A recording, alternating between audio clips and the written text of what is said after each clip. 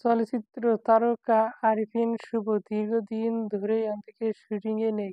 ছাত্র আন্দোলনে নীরব থাকায় তাকে নিয়ে যখন সমালোচনা হয়েছিল, সেই সময় হঠাৎ করে জানান দেন বিবাহ বিচ্ছেদের কথা। এরপর আবারও অভিনেতা।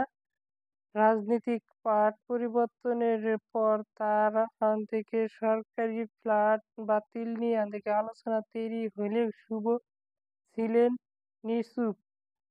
অবশেষে খোঁজ পাওয়া গেলে অভিনেতা ভারতীয় নির্মাতা সোমক সেনার জাস্ট সিটি নামে একটি ওয়েব সিরিজের শুটিংয়ে কলকাতায় গেছেন আরিফিন শুভ।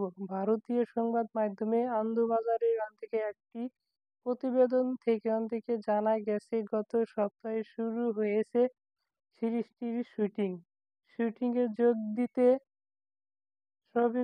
কলকাতায় গিয়েছেন শুভ।